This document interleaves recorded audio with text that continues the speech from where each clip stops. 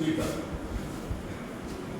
এটার ক্ষেত্রে বলেছিলাম যে এই অঙ্কগুলো আসলে আগে করবা এবং মাঝে মধ্যে দেখতে পাওয়া যায় এইগুলোর সময় নেবে কম, জটিলতা কম, বা কঠিন বিষয়টাও এখানে কাজ করবে না, যার জন্য এই অঙ্কগুলো করা ভালো। তো ডিসি ডিস্ট্রিবিউটরের পরিস্থিতি কি? ঠিক এসিতে যা ছিল তাই। এটা একটা এ বিন্দু, এটা একটা বি বিন্দু। অসুবিধা হচ্ছে ট্যাপিং পয়েন্ট থাকবে অনেক, এরকম এক একটা ট্যাপিং পয়েন্ট থাকবে। ট্যাপিং পয়েন্ট বলতে মনে করলাম এটা সি, এটা ডি, এটা ই, এটা এফ। তাহলে এখান থেকে কি করবে? গ্রাহক লোড দেবে, আইসি, আইডি, আই, আইএফ। আমি একটু ধারণা দিয়ে দিচ্ছি আগে। এখন এই লাইনটা ভোল্টেজ প্রেরণ তিন ভাবে হতে পারে। এক প্রান্তে, যে কোনো এক প্রান্তে ভোল্টেজ প্রেরণ হতে পারে। আলোচনাগুলো শুরু হচ্ছে। এটা একটা আমার লাইন থেকে এই যে এইগুলো হচ্ছে সব গ্রাহক। আমাদের দেশে এইগুলো নাই, কিন্তু উন্নত রাষ্ট্রে সবই হচ্ছে, কিন্তু ডিসি সিস্টেমে ওদের পরিচালিত বেশি। উন্নত বিশ্ব যেগুলো, উন্নত রাষ্ট্র তারা, আমাদের নাই, কিন্তু টেকনোলজির আলোচনা করতে আমার কোনো অসুবিধা নেই। সেই লোককে বলছি যে এই একটা ডিস্ট্রিবিউটর, আমি ভোল্টেজ প্রেরণ করতে পারি তিন প্রকৃতিতে, তিন ভাবে, তিন প্রকারে। যে কোনো এক প্রান্তে ভোল্টেজ প্রেরণ করতে পারি, তাতেও আমার লোড চলবে। এক, উভয় প্রান্তে ভোল্টেজ প্রেরণ করতে পারবো, এতেও আমার লোড চলবে। তার মানে কি? এটা আমার ভি বি। উভয় প্রান্তে সমান ভোল্টেজ দিয়েও প্রেরণ করা যেতে পারে, আবার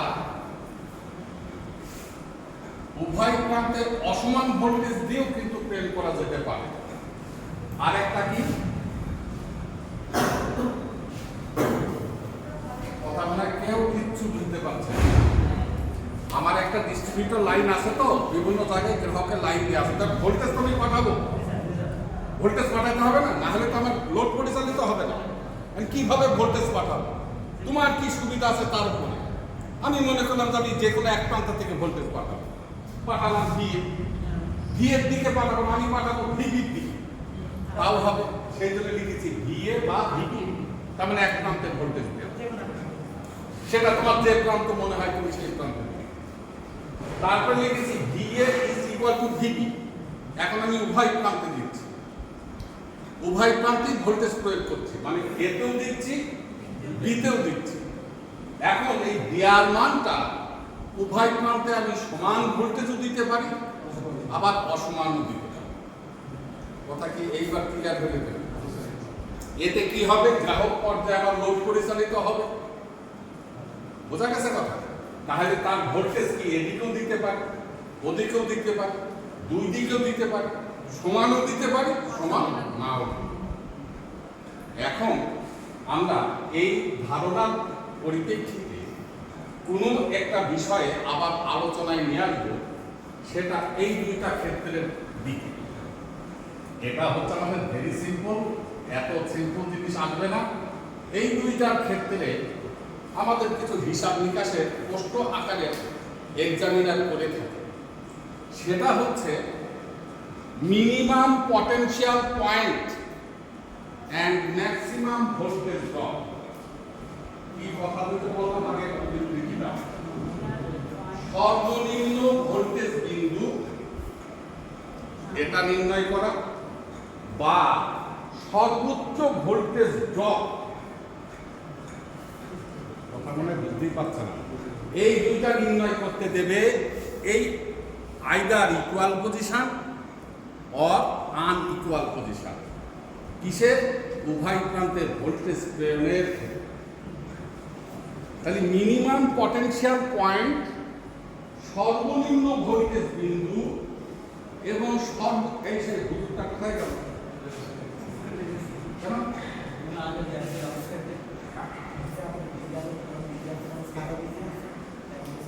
অনুমান করে ফেললো আগে। বলছিলাম এটা ঠিক, আজকে একটু বিজি, আমি বেশি না আসতেও পারতাম, কিন্তু মনে করলাম যে অন্তত কিছু ধারণা দিয়ে আসি, তাতে তাদের একটু রুম স্টাডি করলেও তো আগামী দিনে সেটা পাবে। আর এখন এই আগামীকাল থেকে কি করবা? আগামীকাল থেকে কি করবা? ক্লাস শুরু হবে, করতে হবে না, আরো তো সেক্রেটারি আছে। এই আগামীকাল কি করবা? ফার্স্ট ক্লাসে সেক্রেটারি ক্লাস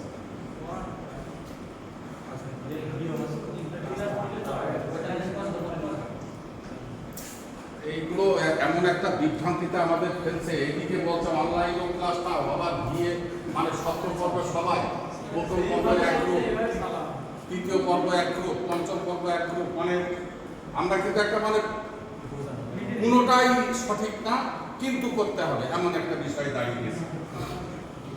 আচ্ছা, আজকের আলোচনায় এই শোনো কি বললাম, যে উভয় প্রান্তে ভোল্টেজ প্রয়োগ, এই ক্ষেত্রে সর্বনিম্ন ভোল্টেজ বিন্দু এবং সর্বোচ্চ ভোল্টেজ ড্রপ, এই দুইটা কথা আসলে কিছুই না, একটার সাথে আরেকটা ওতপ্রোতভাবে জড়িত। এই কথাটা আমরা দেখো এসি ডিস্ট্রিবিউটরে এই ধরনের একটা কথা শিখেছিলাম, মনে পড়ে কিনা খেয়াল করো।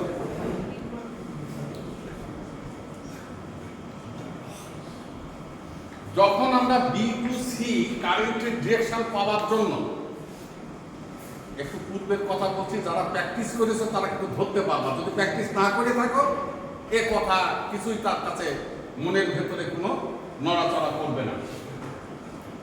এই ধরনের একটা চিত্রের অঙ্ক তো আমি এর আগে দেখিয়েছিলাম, দেখানোর পর সেখানকার চাওয়া পাওয়া প্রশ্ন যাই হোক, একটা জায়গা ছিল যে জায়গাটা যদি আমি ক্লিয়ার না হই বা না করি তাহলে কিন্তু আমার অঙ্ক কখনোই হবে না। সেই বিষয়টা ছিল কারেন্টের ডিরেকশন বি টু সি হবে নাকি কারেন্টের ডিরেকশন সি টু বি হবে। মান যাহাই হোক, মান কিন্তু বড় বিষয় নয়, বড় বিষয় হচ্ছে কারেন্টের ডিরেকশন। কারণ ডিরেকশনের উপরে তো নির্ভর করছে কারশফস ল, কোনো একটা শাখার কারেন্টের মানদণ্ড নিরূপণ। কারণ ডিরেকশন তুমি চেঞ্জ করে ফেললে কিন্তু ওর কথাবার্তা চেঞ্জ হয়ে যাবে। তাহলে এখানে ওই ডিরেকশন পাওয়ার জন্য আমরা কি ধারণা নিয়েছিলাম, কারো কিছু মনে পড়ে কিনা? ভোল্টেজ। কি voltage? Good, drop voltage. Drop voltage থেকে কি পেয়েছিলাম? এইবার ড্রপ ভোল্টেজ, যেমন V AB drop voltage and V AC drop voltage. এইবার কথা কি হবে? একাধিকজন বলো না, ওতে কিছুই বোঝা যাবে না যে কি কথা।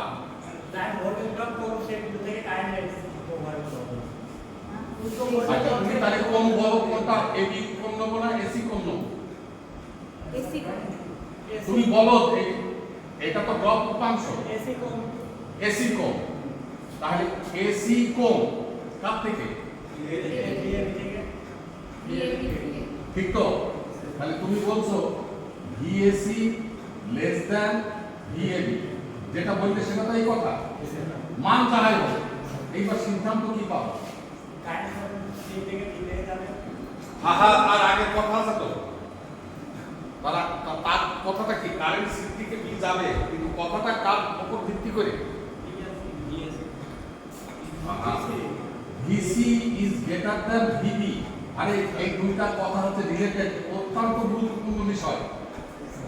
ভিএসি মানে এসি অংশের ভোল্টেজ ড্রপ কম, তাহলে বিন্দুর ভোল্টেজ বেশি।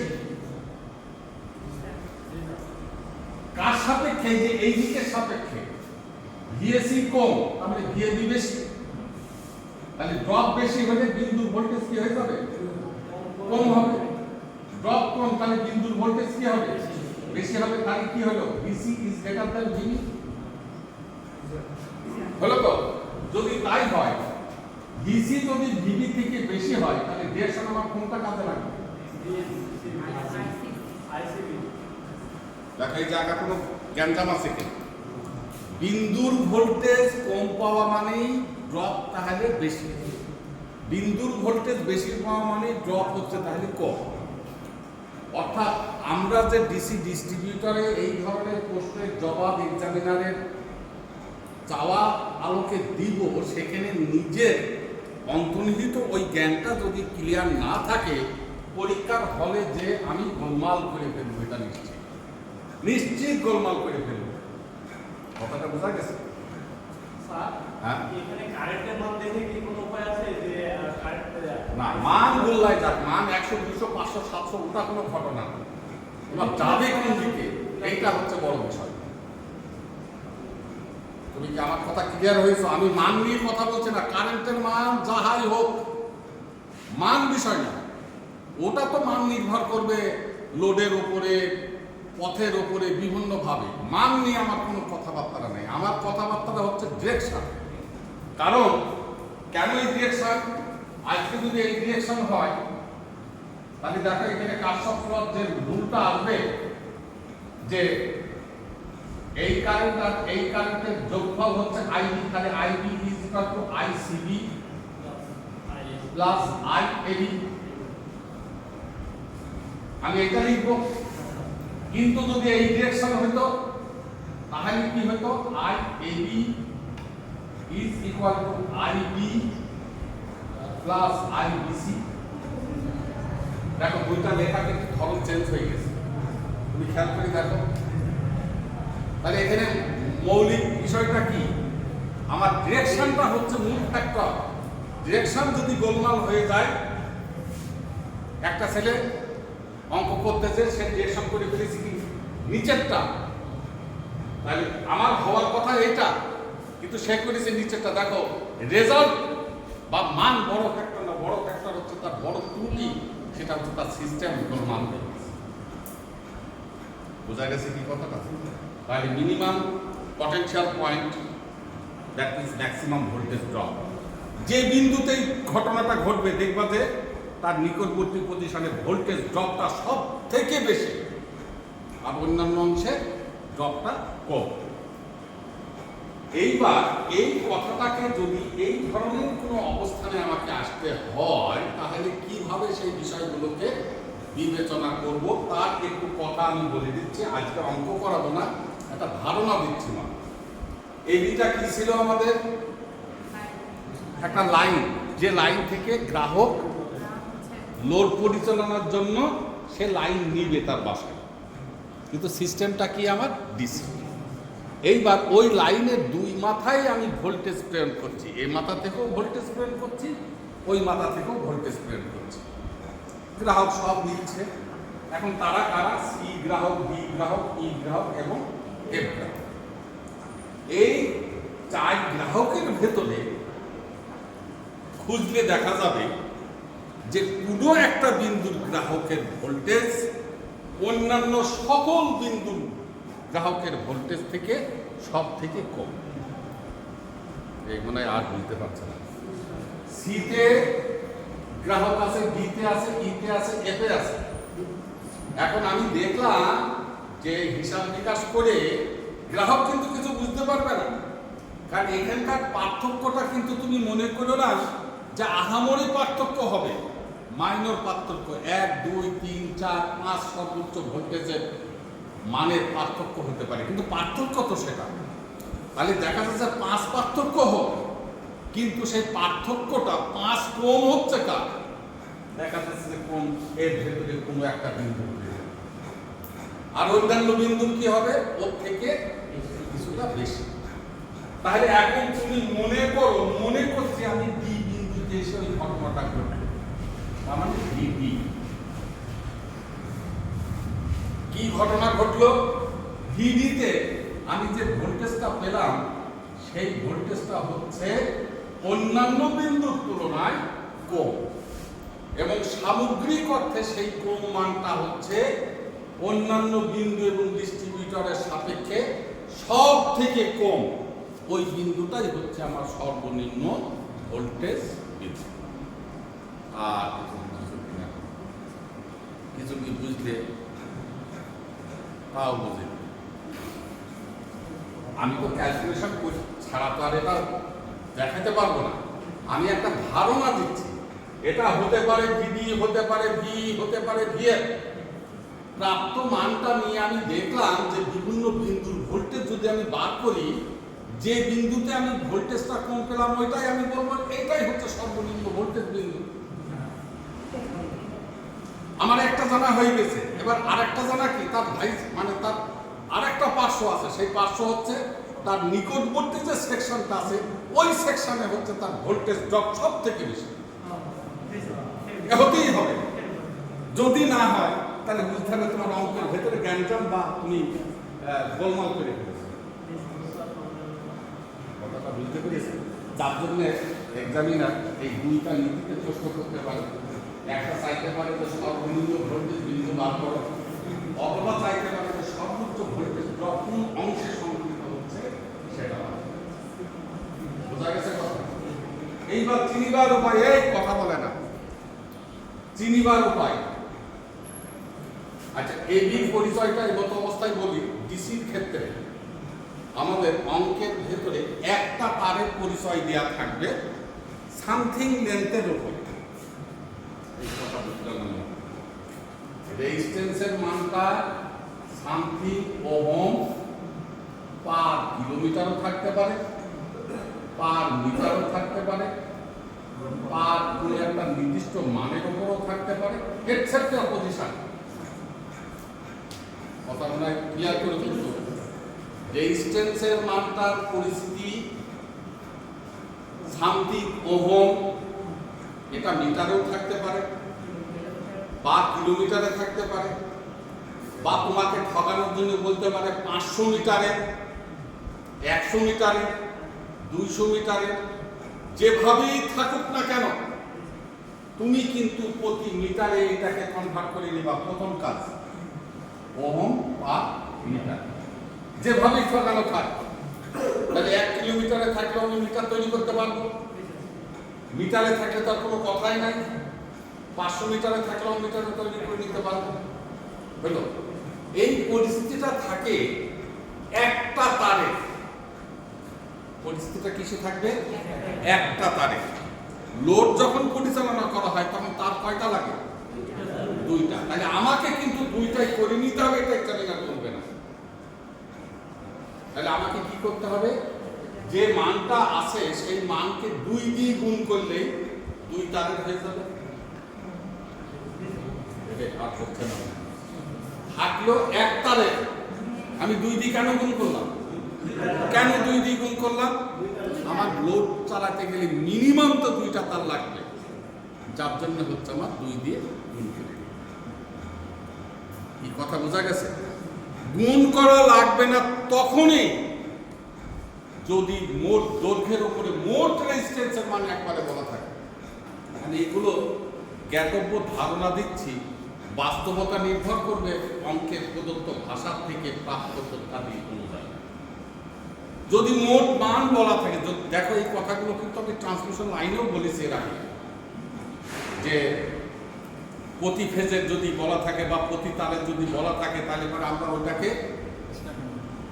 মোট মানে রূপান্তর করার জন্য সেই লেন্থ দিয়ে গুণ করে নিয়ে তাকে আমরা মোট মানে রূপান্তর করতাম। এখানেও তদ্রূপ আমি বলছি কি, যে মিটারে যে মানটা যাই থাক আমি 2 দিয়ে গুণ করে নেব হচ্ছে মোট মান রূপান্তরের জন্য। করব না তখনই যদি মোট রেজিস্ট্যান্সের ভাষ্যটা উল্লেখ থাকে বা বলা থাকে, তাহলে আর গুণ করার কোনো প্রয়োজন নাই। এইবার এই অংশে আমি কি পাবো? এটার একটা ডিসটেন্স অবশ্যই থাকবে, সে যে ডিসটেন্সই হোক। একটা কথা বলি, এই ডিসটেন্স সমূহ একটার সাথে আরেকটা অংশের সমান থাকতেও পারে, নাও পারে। আমরা নাও পারে অবস্থান অনুযায়ী হিসাব নিকাশ করব, থাকলে একটা সুবিধা হতো মাত্র, কিন্তু হিসাব নিকাশটা কি নাও পারে। তাহলে এখান থেকে ডিসটেন্স হচ্ছে এর এসি, এর সিডি, এর ডিই, এর ইএফ, এর এফবি। এর দ্বারা কি বোঝালাম? প্রত্যেকটা অংশের ডিসটেন্স। কিছুক্ষণ আগে কি বললাম? এই মানটা সমান হতেও পারে, নাও পারে। গেল, ডিসটেন্স জানা থাকলো, রেজিস্ট্যান্স দৈর্ঘ্যের সাপেক্ষে একক দৈর্ঘ্যের জানা আছে, তাহলে কি আর এসি বার করতে পারবো কিনা? করা যাবে? যাবে। কিভাবে লোক দিশা বলো কিভাবে বার করবো? খালি এইভাবে কিভাবে হবে? রেজিস্ট্যান্স শুধু লেনদি গুণ করলে রেজিস্ট্যান্স এই তুমি গুণ করলে পাবে, এটা তুমি বলছো কি করে?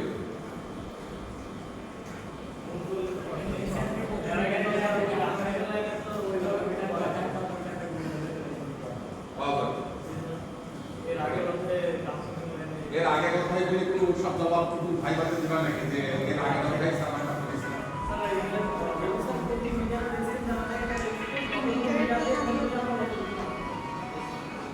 আসসালামু আলাইকুম স্যার।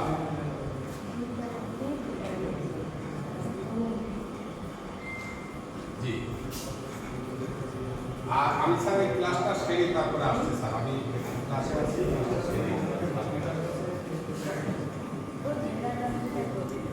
এই জিনিসগুলোই তো দেখো শেখাতে পারছি না তোমাদের। গতানুগতিক বাধার কথাটা একটু উঁচুতে খাটে না, ওটা তোমার মন গড়া উচিত। গুণ করে নিয়ে রেজিস্ট্যান্স পাওয়া যাবে তখনই যখন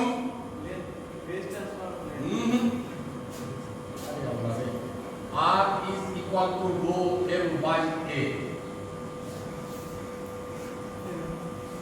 এখানকার ভাবধারা হচ্ছে ওই তার দুইটাই কপার পদার্থের তৈরি। কথা খেয়াল করো, কপার পদার্থ দুইটা তারই হচ্ছে ম্যাটেরিয়ালস কি আমার কপার, বা দুইটা তারই ম্যাটেরিয়ালস কি আমার অ্যালুমিনিয়াম। এই যে পদার্থ বলি না, টেকনোলজির গাণিতিক হিসাব নিকাশের জন্য যে অ্যালফাবেট এটার বহিঃপ্রকাশ ঘটায় ও হচ্ছে কি এ। পদার্থের উপাদানের বহিঃপ্রকাশ কে ঘটায়? না এ? কেউ বলে দিত যে হ্যাঁ স্যার এ। এই রো হচ্ছে তার জন্য দায়ী। রো হচ্ছে গাণিতিক হিসাব নিকাশের একটি অ্যালফাবেট। এটা দিয়েই তো কোনো কাজ নাই। এখন কি ওই ফার্স্ট ইয়ারের বেসিক ইলেকট্রিসিটির কথা কি এখানে আলোচিত হবে? এখন তো আমরা ওই জিনিসটা কেন দেওয়া ছিল তার প্রয়োগ চলে এসেছে। রো হচ্ছে উপাদানকে বোঝায় যে তারটা আমার কি পদার্থে দিয়ে তৈরি, অ্যালুমিনিয়াম না কপার। বোঝার সুবিধার্থে মনে করলাম উহা হচ্ছে সব কপার। Rho set. এইবার তারের প্রস্থচ্ছেদের ক্ষেত্রফল উভয় দুইটার উভয় তারেরই প্রস্থচ্ছেদের ক্ষেত্রফল সেম, চিকন বা মোটা করা হয় না। এই যে লাইনটা নিয়েছি, একটা লাইন আর একটা নিউট্রাল নিয়ে ওই তুমি এই মাথা কেটে দেখো দুইটাই সেম আছে। তাহলে কি উভয় তারেরই প্রস্থচ্ছেদের ক্ষেত্রফল সেম। সেম যদি হয় তাহলে এখন চলে আসলো কি রো এবং এ ধ্রুবক। ধ্রুবক মানে কি বোঝায়? ধ্রুবক বললে কি বুঝবো? ওই মান দুইটার আর কোনো পরিবর্তন হবে না, একই থাকবে। এইবার আর প্রপোর্শনাল এল। এইবার হয়ে গেল কি দৈর্ঘ্য তো আর সমান না, দৈর্ঘ্য তো ভ্যারিয়েবল। এই জন্য তুমি করো কি দৈর্ঘ্য দিয়ে গুণ করে রেজিস্ট্যান্সকে বসিয়ে দাও। তার পেছনের কথা জানতে হবে যে আসলে কি উপাদান দুইটা তারেরই ঠিক আছে কিনা। কেন আমি লালটা নিলাম কপার আর কালোটা নিলাম অ্যালুমিনিয়াম, আমার লোড চলবে না? এত আমার লোড চলবে, কিন্তু রেজিস্ট্যান্স দুইটার কিন্তু আর আমার এক হলো না। তখন আবার আলাদা আলাদা করে নিয়ে তারপরে করতেন। যদিও এতগুলো বিভ্রান্তি এক্সামিনাররা একটা অঙ্কের ভিতরে এইভাবে উপস্থাপন করে না, কিন্তু জ্ঞাতব্য ধারণাটা যদি আমার না থাকে আমি কিন্তু পরীক্ষার হলে নিশ্চিত ভুল করি। বোঝা গেছে কথাটা? তাহলে এখানে এখন আমাদের কি কথা আসলো? উপাদান এবং প্রস্থচ্ছেদের ক্ষেত্রফল ধ্রুবক বলতে বোঝাচ্ছি। উপাদান একই, প্রস্থচ্ছেদের ক্ষেত্রফল একই, একই মান, যার জন্য এটাকে আমরা গাণিতিক ভাষায় বলি কি ধ্রুবক, সমান মান। ভ্যারি হচ্ছে কি, পরিবর্তন হচ্ছে কি এখানে আমার দৈর্ঘ্য। যেমন এল এসি এটা একটা দৈর্ঘ্য, এল সিডি এটা একটা দৈর্ঘ্য, এল ডি এটা একটা দৈর্ঘ্য, তাহলে দৈর্ঘ্যগুলো কি সমান হতেও পারে নাও পারে। এইবার রেজিস্ট্যান্স বলা আছে 1 মিটারে, আমি এখন বার করবো 200 মিটারে, তাহলে কি করতে হবে যে 200 দিয়ে গুণ করে দিচ্ছি। গুণ করব তখনই যদি ওই দুইটা সেম থাকে। বোঝা গেছে কথাটা? তাহলে কি প্রতিটা অংশের রেজিস্ট্যান্স আমরা বার করতে পারবো কিনা এই নীতি অনুযায়ী? রেজিস্ট্যান্স জানা হয়ে গেল। এইবার ভোল্টেজ পেতে হলে আর কি করা থাকা লাগবে? কারেন্ট। এইবার কারেন্টের পাশাপাশি কি থাকা লাগবে? এখানে শুধু কারেন্ট হলে হবে না, যেমন আমি লিখলাম আই এসি, এসি অংশের কারেন্ট। এইবার হিসাব নিকাশের সুবিধার্থে এবং হিসাব নিকাশ করার জন্য গুরুত্বপূর্ণ যে বিষয়টা ওখানে আলোচিত হয়েছিল কি ওটা? ডিরেকশন। এইবার ওই ডিরেকশন তোমাকে ঠিক করতে হবে। সেই ডিরেকশন যদি ঠিক না থাকে বা না হয় বা না আসে, তাহলে তোমার মিনিমাম পটেনশিয়াল পয়েন্ট চেঞ্জ হয়ে যাবে। ওই দেখা যাচ্ছে যে শামীমের হলো সি বিন্দুতে, অমুকের হয়েছে ই বিন্দুতে। আরে যা, তাই কখনো হয় না, কারণ সেই হিসাব নিকাশে কি করে ফেলেছে, ডিরেকশন চেঞ্জ করে ফেলেছে, বাসে বুঝেই না ডিরেকশন কি অর্থ বহন করছে। তাহলে দুইজনা দুই বিন্দু থেকে মিনিমাম পটেনশিয়াল পয়েন্ট হবে না, হবে কি একটা বিন্দু হবে। এটা হচ্ছে সঠিক কথা। এমত অবস্থায় ডিরেকশন না জানা থাকার কারণে আমরা ডিরেকশন ধরলাম এ টু সি, ধরলাম কিন্তু আমি তো মান দিইনি আর। তারপরে ধরলাম কি সি টু ডি, তারপরে ডি টু ই, তারপরে কি ই টু এফ, তারপরে কি এফ টু ডি। এই ডিরেকশন এইভাবে আমি প্রথম অবস্থায়, প্রাথমিক অবস্থায় বিবেচনা করে ডিরেকশন গুলোকে দেখাবো। দেখানোর পরে প্রাপ্ত মান যখন হয়ে যাবে, তখন আমরা দেখতে পাবো বাস্তবতায় যে বিষয়টা, এই ডিরেকশন এমন হয়ে গেছে, আর এই দিকটা আবার এমন হয়ে গেছে।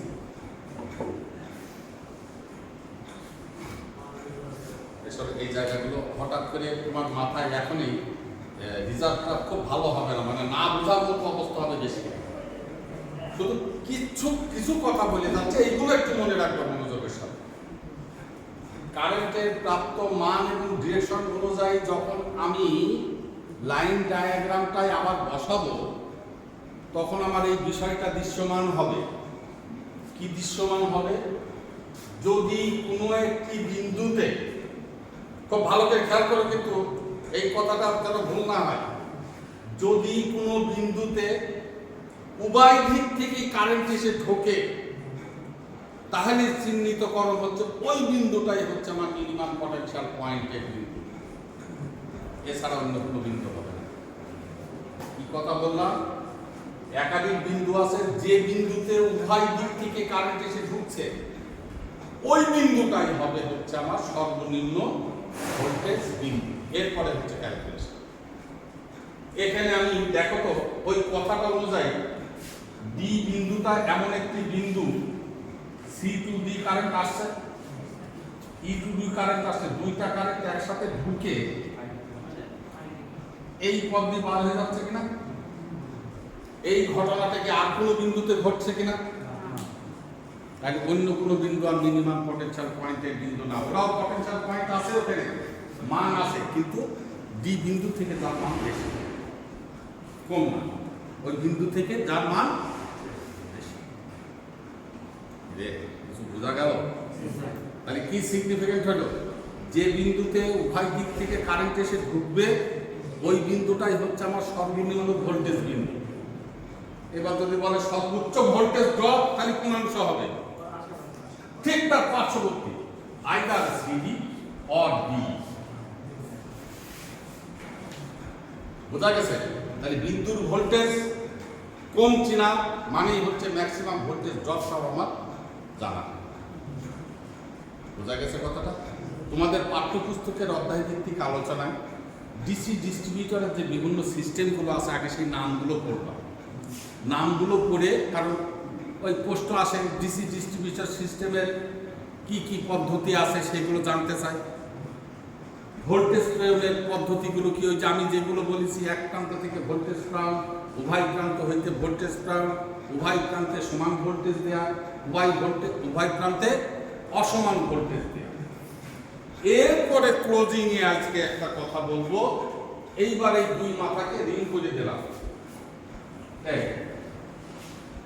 ঘুরিয়ে দিলাম, তাহলে থেকে গেল কি ভি এ এবং থাকবে কি ভি বি। এই পয়েন্টগুলো তুমি এবার ওখানে যে পয়েন্টগুলো দিয়েছিলে এরকম দিয়ে দাও। এটাও একটা নীতি, এটাও একটা হিসাব নিকাশের পথ। এর নাম আমরা বলবো ক্লোজ পথ, লুপ পথ। ইঞ্জিনিয়ারিং ভাষায় এই ডিসি ডিস্ট্রিবিউশন সিস্টেমটাকে আমরা বলবো রিং সিস্টেম। উদ্দেশ্য বিধেয়, ক্যালকুলেশনের নীতি প্রক্রিয়া ওই যেটা আলোচনা করলাম হুবহু তাই, শুধু পথের অবস্থানটা ঠিক। হিসাব নিকাশ একই ধরনের। বোঝা গেছে কথাটা? তো আজকে আমি তোমাদের সাথে আর কথা বলবো না, আগামী দিন কথা বলবো, কিন্তু কিভাবে, এটাই হচ্ছে আমার জানার বিষয়। এইবার কিভাবে বলবো কথা,